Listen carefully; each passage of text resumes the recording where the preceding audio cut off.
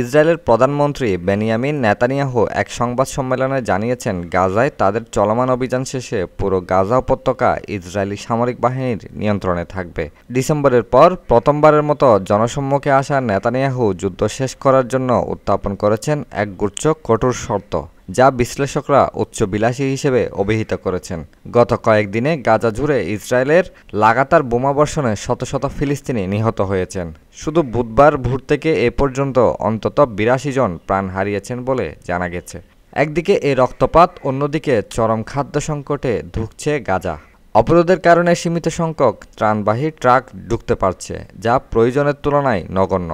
Netanyahu বলেছেন, যদি কোনো অস্থায়ী যুদ্ধবিরতি ও বন্দি বিনিময়ের সুযোগ আসে তবে ইসরায়েল সেটি বিবেচনা করতে পারে। তবে একই সঙ্গে তিনি যুদ্ধ থামানোর জন্য কিছু শর্ত দিয়েছেন।